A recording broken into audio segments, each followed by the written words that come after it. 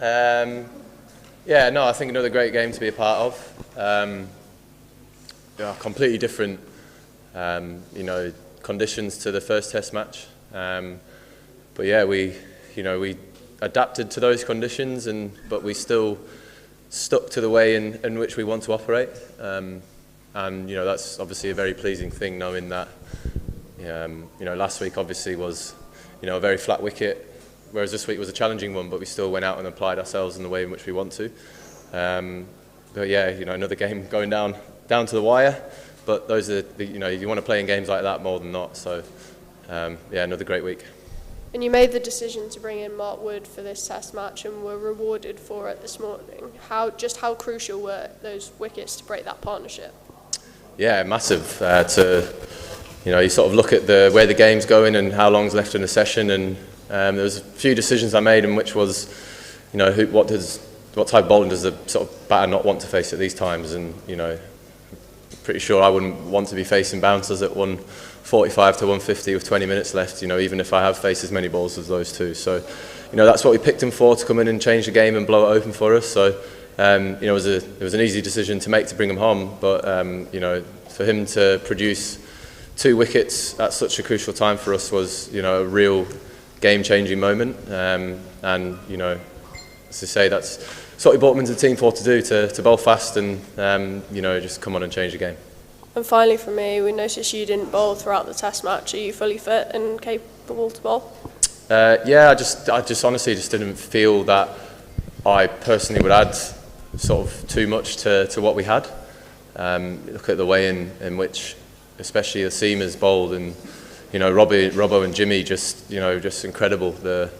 The relentlessness with their line and lengths, even when it's not doing anything, again, was incredible. But then when we found that crack, those two are our most accurate bowlers, and they just kept on seeming to find it. And obviously, it's going to be tough for batters to face that when it's going one way or the other. And then we got a little bit of reverse swing as well, so that brought our seamers back into it again. But I think Pakistan's game plan was to sort of sit in against our seamers and then look to attack the spin.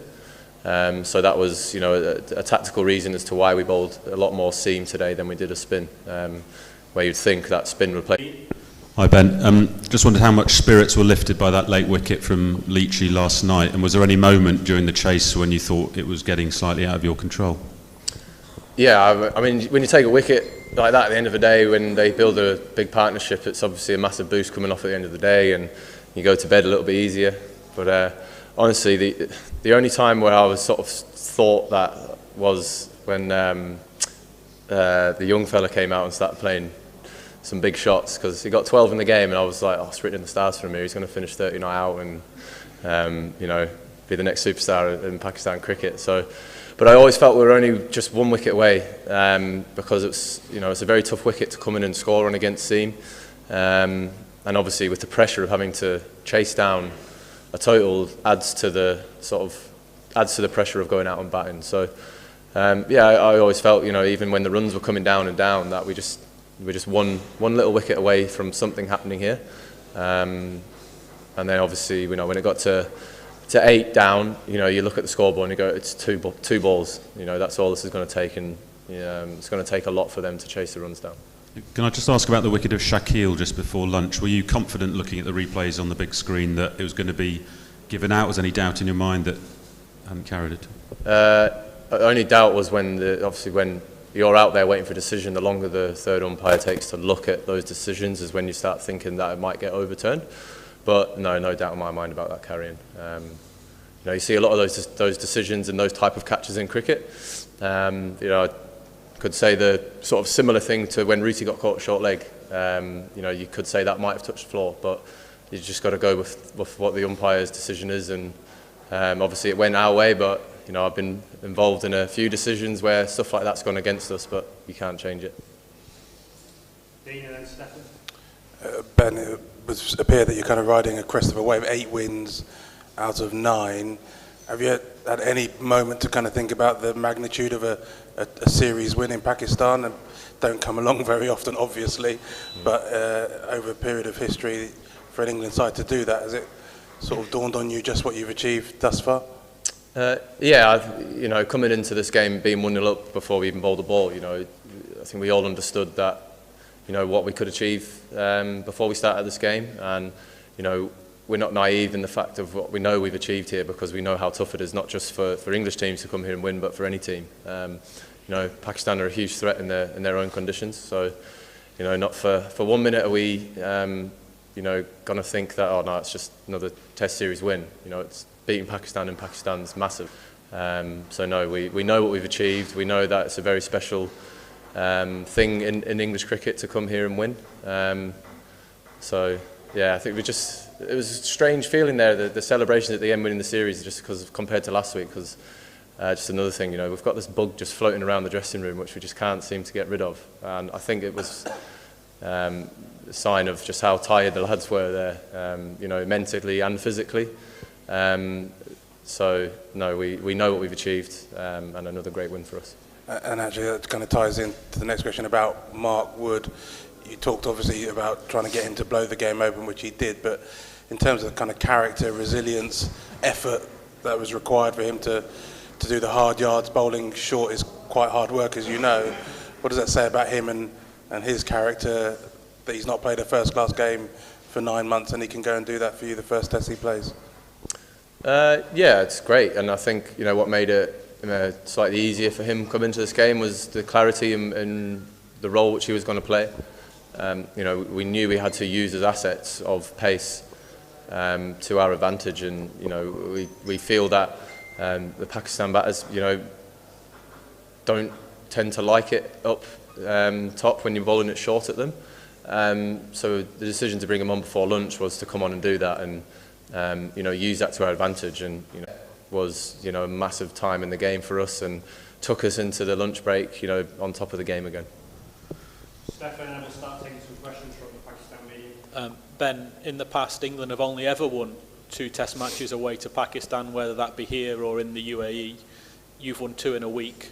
What does that say about this particular group of players now, and what they could go on to achieve? I think it says we're quite good, I think. And yeah, I think one thing we do is we just sort of stay in the moment, and as, what does Leachy say? You just live where my shoes are, or something like that. Just basically just always stay in the moment. Don't take, you know, this kind of stuff and this kind of form for granted, and always, you know, just keeping that the mantra of, you know, we're bigger than what we're actually doing at the moment.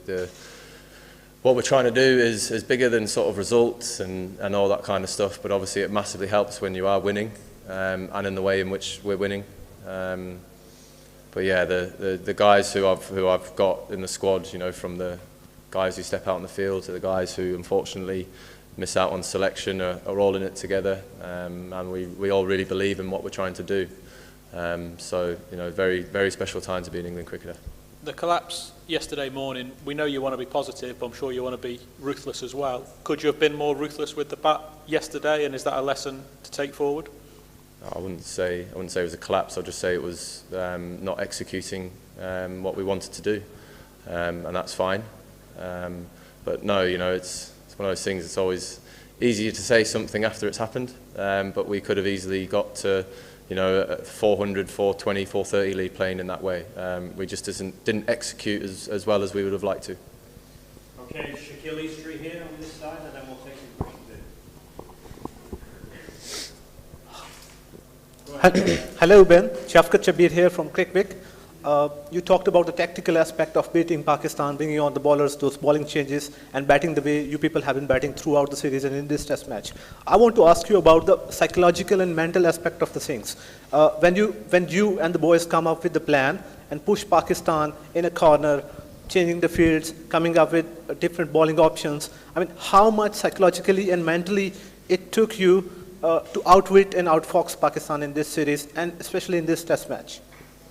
No, I don't think so, because that's how I sort of like to do things with my captaincy, especially out here. Is, you know, it's not something that I find hard to do in terms of changing different things. I don't read or think too much about it. It's just a very natural thing for me to do, to sort of look at different ways and over of how we're going to get a wicket, and you know, part of that for me is maybe playing with the batter a little bit, about changing the field placings and keeping them sort of thinking what's going to come here.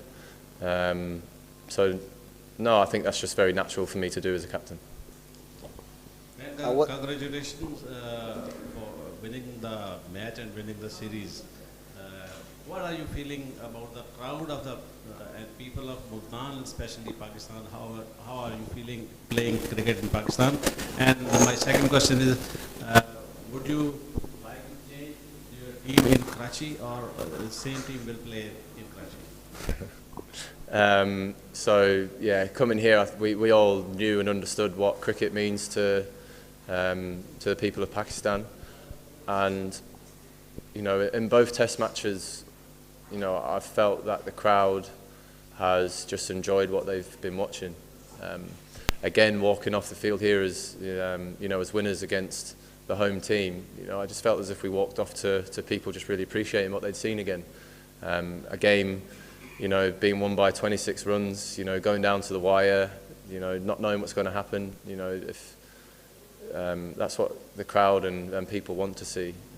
You know, they want to be on the edge of the seat. They want to not know what's going on. So, you know, from the first Test match and this Test match as well, I think, you know, Pakistan fans have just really enjoyed what they've seen, even though they obviously would have liked Pakistan to be 2-0 up, not England. And yeah, I'll tell you the team when we go to the next spot. Ben Wasim Shahzad, Ben Wasim Shahzad here from 24 News. First of all, many congratulations to your team that you play very well, and also you prove that England is your national game. But if I talk about your Braden Mackham, who was your, you can say, coach, what's the thing and what's the reason behind it? What's the thing that tells Braden to you your team is unbeatable in both of the series? And what's your expectations about next coming, you are playing in Karachi? And also, what's thing that you think that Pakistani team also have to be improved? And also, the last question is to you: do you think that Pakistan is safe? One question, please. Just one question is to you. Do you think that Pakistan is safe for cricket? Recently, England Cricket Board had to deny 2001 when they came to Pakistan. Sorry, start that again, please. Do you think that Pakistani team and Pakistan is safe for cricket? Do you think that Pakistan safe is for cricket? Recently, if I talk about 2001, recently England Cricket Board denied to come Pakistan for Test series, but now you are in Pakistan. And what's your expectation of coming Test third match, recently held in Karachi as well? Yeah, I've felt incredibly safe here, but you know, whether or not the precautions that have to go into every day of us touring here is sustainable, I'm not sure. That's not a question for me to answer, but me and the team and everyone touring with us have felt safe.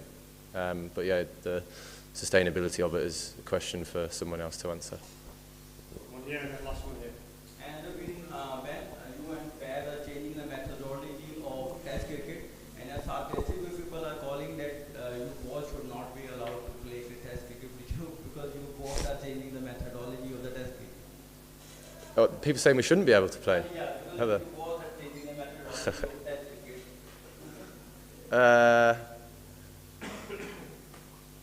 People are saying we shouldn't play. Yeah, that's an interesting one. Yeah, no, I think it's, you know, to be part of this team and people sort of talking about our team differently to other teams is great.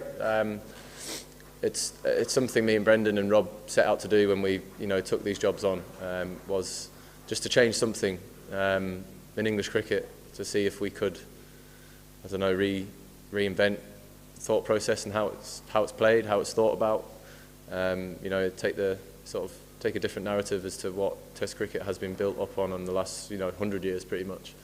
And you know, there's nothing wrong with change. There's nothing wrong with going about it in a different way. You know, and it just proves that, you know, you don't have to, you know, stick to what has been the way in which people have viewed it and how you should play, and people saying how you shouldn't do this, shouldn't do that. I think that's the big thing is, you know, certainly that's, you know, been a big talking point is that a lot of, if you can't do this, you shouldn't do that, you can't play like this, you can't play that shot, you need to do this, you need to do that, you know, it's not not the way in which we go about it with us. You know, we give the freedom for everyone to go out and play in the way in which they want, you know, whether that be with bat, with ball, and, you know, people want to be able to do that. They don't want to have any added pressures on their shoulders outside of what playing international cricket does, because there is a lot of pressures with that. So, yeah, I don't think there's anything wrong with doing what we're doing. But whether or not other teams decide that's the thing for them is not my place to say, and I don't have anything against other teams who decide if they want to stick playing the way that they're playing, because there are, you know, lots of successful teams around the world who play completely different to us. But what we will do is stick to the way in which we're going about it, because it has been successful. But at the same time, if we do have any blips along the road, we won't be changing the way we go about it, because, you know, we know that people want to watch us play. Hey Stokesy, this is Behram Qazi from Grassroots Cricket. Firstly, congratulations on the series win. I wanted to ask you about Harry Brook. He's new onto the scene, and you've been his captain. In 3 test matches, he scored 200s. This has been a breakthrough series for him with 2 successive hundreds in 2 consecutive games. So talk to me about what it's been like captaining him, playing with him, working with him, and also how do you rate him as a batter? Excuse me. Yeah, look, I think obviously the Harry's summer, you know, last year was phenomenal. The runs that he scored for Yorkshire, the amount of hundreds he was scoring to then get the opportunity at the back end of the summer, and then obviously produce what he's produced out here in Pakistan so far is not a surprise to me. You know, the expectation on his shoulders coming into this team because of how good he's been for Yorkshire was obviously huge, but I think that just shows that that kind of stuff just doesn't really affect him. He's a player whose technique is suited to all 3 formats. He wants to always look to be putting pressure back onto the opposition. God, I feel like I'm sick here. No. Sorry. Yeah.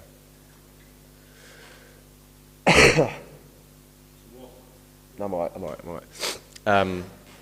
And yeah, he's won another game for England. Huge contribution last week, and the 100 he scored here was obviously massive for us getting that big lead. Yeah, he's a pretty simple lad to captain. Just gets about his business, loves his batting, wants to constantly improve, constantly work on it. So yeah, he's a pretty easy bloke to have in your dressing room. Doesn't fuss too much and just wants to go out and score runs and win games of cricket. In this game, you drew level with Baz with a number of 6s hit in Test cricket. Are you quite pleased to share that record with him for a little while before you break it? I thought I'd gone past him. Yeah, I thought I needed one to go past him, but since since he came into the job, it's one thing that I've told him. I says, don't look at records, Baz, but that's the one record I'm after. That's the one I do know. But yeah, that's a little joke we had between. But yeah, I thought I'd gone past him, so I walked off feeling like, you know, walking in, and then he went, "Ah, you're level, boss." So I was brought back down to earth quite quickly. Thank you. Thanks guys. And thank you.